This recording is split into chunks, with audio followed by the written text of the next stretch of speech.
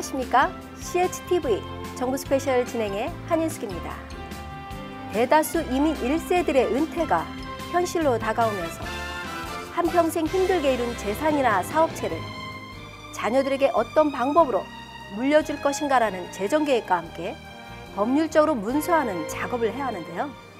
이 시간 상속 플랜의 일환으로 리빙 트러스트를 어떻게 준비하는지 알아보기에 아메리츠 파이낸셜 LA 지점장이신 조성연 공인재무관리사를 모셨습니다. 네, 안녕하세요. 안녕하세요. 네, 이렇게 나와주셔서 대단히 감사합니다. 네. 네, 한인들에게는 좀 다소 생소한 이 리빙 트러스트, 네, 달리 말해 신탁, 생전 신탁이란 무엇인가요?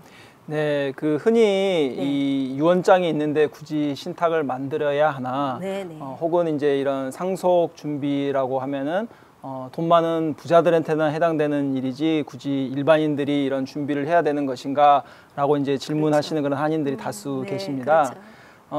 그러나 이 말이 맞는 말일 수도 있고 꼭 그렇지 않을 수도 있습니다. 요즘 같은 때는 상속세가 부과되는 시점이 굉장히 높아져 있는 시점이기 때문에 일반인들 차원에서 재산이 많아서 상속세를 부담해야 된다라는 그런 상황이 발생할 리는 이제 거의 없다라고 봐도 될 것 같은데, 그럼에도 불구하고 이제 미주 한인들 사이에서 시급히 재정립되어야 되는 그 개념이 있는데, 리빙 트러스트는 상속세를 면제받기 위해서 준비하는 그런 구자가 아니라 단순히 상속의 과정을 단순화하는 과정이다라고 하는 이제 그 인식을 바꾸셔야 될 것입니다.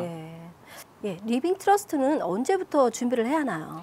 네, 이 부동산 혹은 이제 집을 한 채라도 소유하고 있다 그러면은 다소의 비용이 수반되는 단점이 있지만은 다른 각종 장점들을 고려할 때 리빙 트러스트 준비하는 것을 고려해 보시는 것이 이제 바람직하다라고 말씀드리겠는데, 부동산 자산의 경우 그 자산의 값어치가 $50,000 이상이면은 법정 상속, 그래서 프로베이시라고 하는 그 법정 상속의 대상이 되게 되는데, 캘리포니아에서 쉽게 얘기를 해서 $50,000 이하의 집은 없다고 봐도 무방하겠죠. 그렇기 때문에 집을 한 채라도 소유를 하고 계시고, 또 그중에 배우자 한 분이 이미 돌아가셨거나 혹은 혼자 계시는 분이시거나 이제 이럴 경우에는 발등에 불이 떨어졌다라고 이제 생각하시면서 지금 준비하셔야 되는 그런 타이밍 가운데 있다라고 생각하셔야 되겠고요. 이런 조치를 제대로 취해 놓지 않으셨을 경우에 불편하게 겪을 수 있는 그 몇 가지 사례들이 있는데, 자녀들에게 부과되는 그런 세금 폭탄의 이슈가 생길 수도 있고요. 그 외에도 이제 여러 가지 그 불편한 점들이 있을 수 있으니까 각별히 유의하셔야겠습니다. 이 집을 누구에게 주겠다고 유언장에 기록만 하면 뭐 효력이 발생하는 건 아닌가요? 네, 흔히들 이제 그런 생각들을 단순하게들 많이 하시는데 전혀 그렇지가 않습니다. 그렇군요. 미국에서는 이제 누군가가 사망하게 되면은 그 법정 상속 혹은 이제 프로베이시라는 말을 많이 들으실 텐데, 이 법원이 개입을 하여서 망자의 재산을 정리를 해주고 분배에 관한 그런 모든 절차를 대해서 지침을 제공해 주는 이제 그런 단계에 들어가는데, 이렇게 묻지도 않은 그런 서비스가 공짜일 리 만무하고요. 그렇기 때문에 이제 재산의 가치에 따라서 그 프로베이스를 진행하는 가운데 점진적으로 수수료가 이제 부과되게 돼 있고요. 그래서 이제 리빙 트러스트라든지 혹은 이런 법적 상속을 피할 수 있는 그런 사전 조치를 미리 하지 못하신 경우에 그 가지고 계신 재산이 프로베이 과정을 통과해서 마무리되려고 하면은 그런 법적 상속 수수료가 대략 4에서 6% 정도 비용이 수반된다라는 거를 알고 계셔야 되겠고요. 그리고 그와 더불어서 이런 재산을 그런 법정 상속 과정을 통과를 해서 뭐 원하는 그게 자녀가 됐든지 누구에게 이렇게 물려주시고자 할 때 그 상속을 받아가는 사람의 입장에서는 시간이 아무리 짧아도 1년 반 혹은 2년 정도의 그 시간이 소요된다라는 그런 점들을 알고 계셔야 될 때입니다. 그래서 쉽게 얘기를 해서 자녀가 집 한 채 상속 받으려면 법원 문턱이 닳도록 바쁘게 왕래를 해야 되겠고요. 또 그에 상응하는 수수료도 만만치 않은 수수료도 지불해야 될 것이다라는 것입니다. 부모가 자신이 거주하고 있는 집의 소유권을요, 자녀의 이름으로 바꿔주며 증여하는 건 어떻게 생각하시나요? 네, 이 방금 말씀하신 부분은 흔히들 찾아볼 수 있는 그런 모습인데요. 이런 경우 아무런 간섭이나 제약 없이 그 집에 대한 소유권이 이제 완전하게 자녀에게 이관됩니다. 네. 이렇게 이제 부모가 살아 있는 동안 자녀의 명의로 부동산을 이제 이전을 해주는 경우 법정 상속은 피할 수는 있습니다. 네. 그러나 이제 이로 인해서 다른 문제가 수반될 수 있다라는 점을 이제 명심하셔야 네. 되는데 혹시 이제 그 소유권을 이전받은 자녀가 지내다가 네네. 예기치 못하는 어떤 고소를 당하게 된다거나 네. 혹시 이렇게 결혼을 했던 자녀가 어떤 이혼을 하면서 부부간 재산 분할을 해야 하는 상황이 된다면 어떻게 될까요? 글쎄요, 저도 그런 사례를 좀 많이 들어봤거든요. 근데 어떻게 해야 되나요, 그럴 때? 네, 그래서 이렇게 그 심한 경우에는 그 부모가 여태 잘 살고 계시던 그 집에서 더 이상 지내지 못하게 되는 경우도 네. 생길 수 있습니다. 네.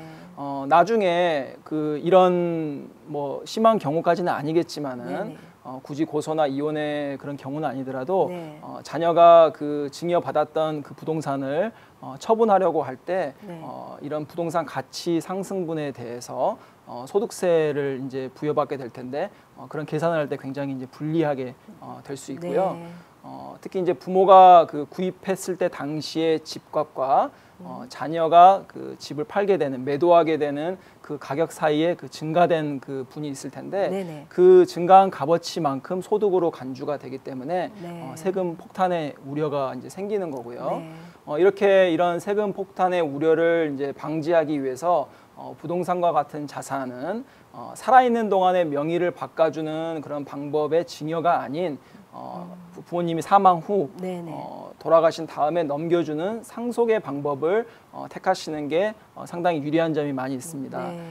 부모가 사망하게 되면 그 가지고 계시던 부동산의 값어치가 그 사망하시던 그 당시의 시세로 재조정이 되게 됩니다. 네, 그래서 가격이 상향 조정된다라는 얘기죠. 네. 그래서 이제 이렇게 구입 가격이 상향 조정이 됐기 때문에 부모님이 돌아가시면서 상속을 해주고 상속을 받은 자녀가 추후에 그 부동산을 처분한다고 했을 때 그 상승분의 그 값어치가 그리 크지 않을 수 있기 때문에 네.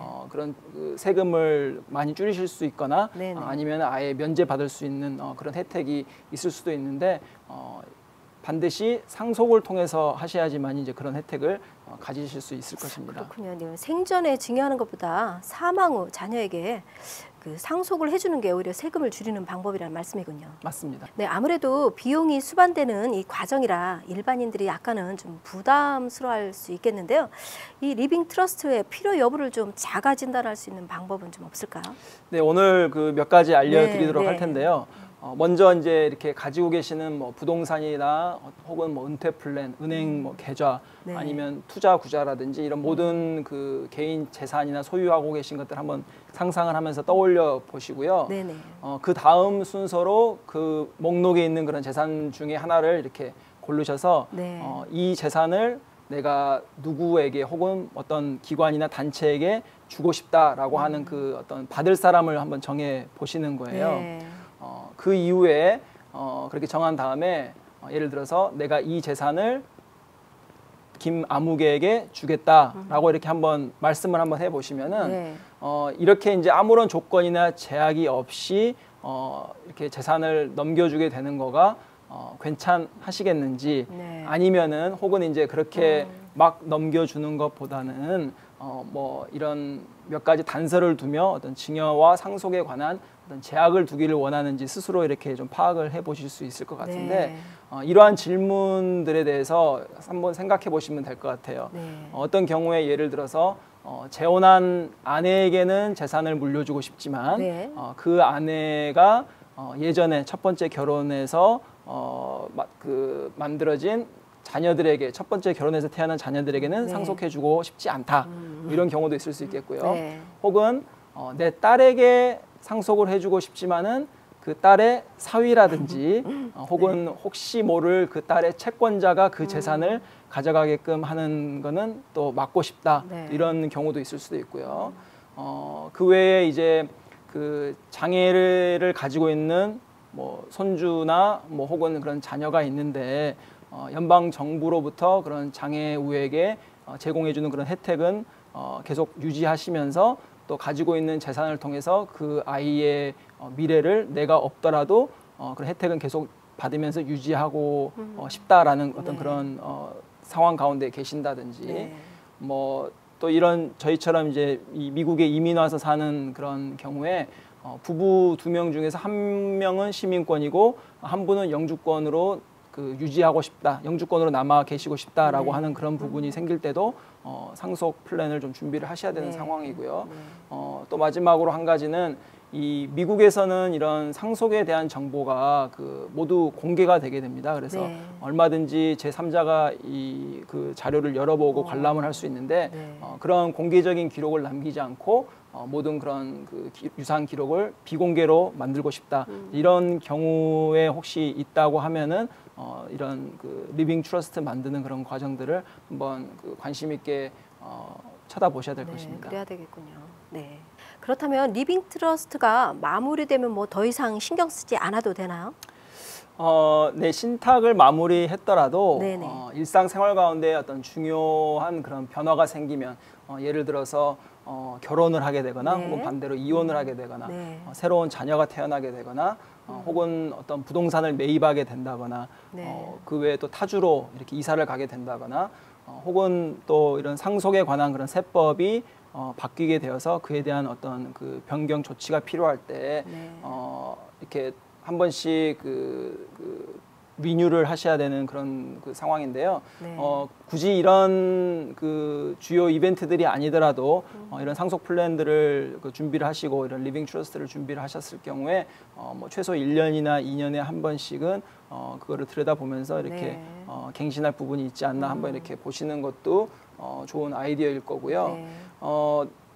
이제 중요한 항목이나 그 상속 자산이 누락되는 그런 일들을 이제 막아야 되기 때문에 이런 약간은 번거로울 수 있겠지만은 모든 그 장치가 마무리됐다고 하더라도 꾸준하게 한 번씩 이렇게 들여다 보시면서 그 관리를 하셔야지 행여라도 이제 나중에 어떤 그 사망이라든지 어떤 그런 사고가 생기게 됐을 때 그런 남은 가족들에게 본인이 가지고 계셨던 그런 모든 재산들이 잘 정리가 되고 옮겨갈 수 있도록 해서 그 가족에 대한 어떤 책임과 의무를 끝까지 이제 확실하게 할 수 있는 그런 방법이 되겠습니다.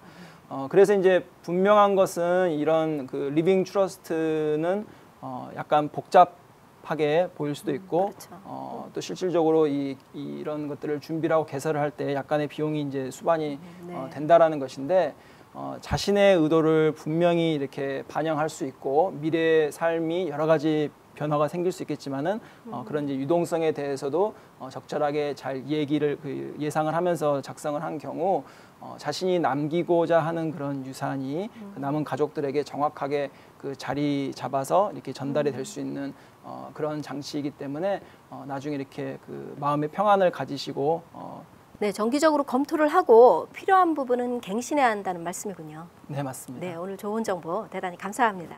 네. 리빙 트러스트의 필요 여부에 대한 자가 진단을 해보셔서요. 비슷한 상황이시라면 공인 재무관리사와 상속 변호사의 도움을 받으시기를 바랍니다. 지금까지 정보 스페셜이었습니다. 함께해 주신 시청자 여러분 감사드리면서요. 다음 이 시간에 다시 찾아뵙겠습니다. 감사합니다.